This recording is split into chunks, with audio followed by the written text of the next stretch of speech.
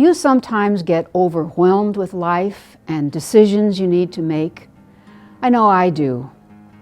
Besides all the mundane things like choosing when and with what soap to do your laundry, can you believe the soap aisle these days in markets?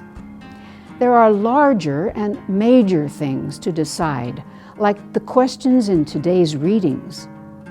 Deciding if God's faithfulness to you and your family merits your returning the favor with fidelity to God's values. You have been told what the Lord requires of you, only to do the right and to love goodness and to walk humbly with your God.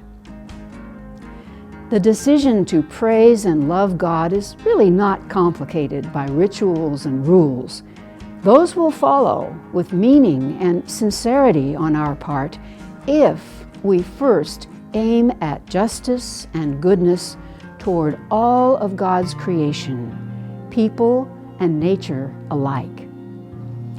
And that stance requires a humble heart that lets God lead in the dance of life.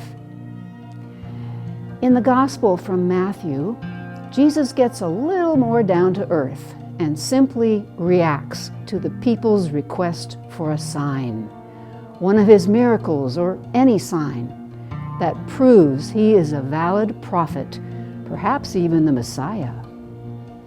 Teacher, we wish to see a sign from you. They're deciding about his position among them, to believe or not believe what he claims. I'm not personally into demanding signs. I think they're putting God on the spot, something we just don't do with friends. But I do like Jesus' answer to the practice, sort of a wake up and die right suggestion that they should follow the examples of great people from the past. The Ninevites of Assyria, who heeded the warnings of Jonah, the Queen of Sheba, who went seeking the wisdom of Solomon.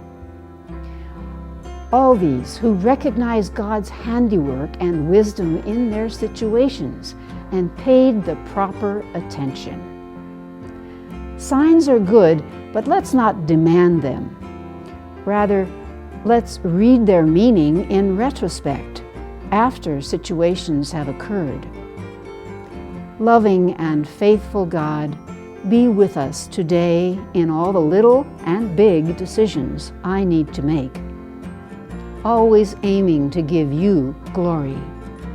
Help us to see your face in the happenings of our life and to be still and grateful in your presence.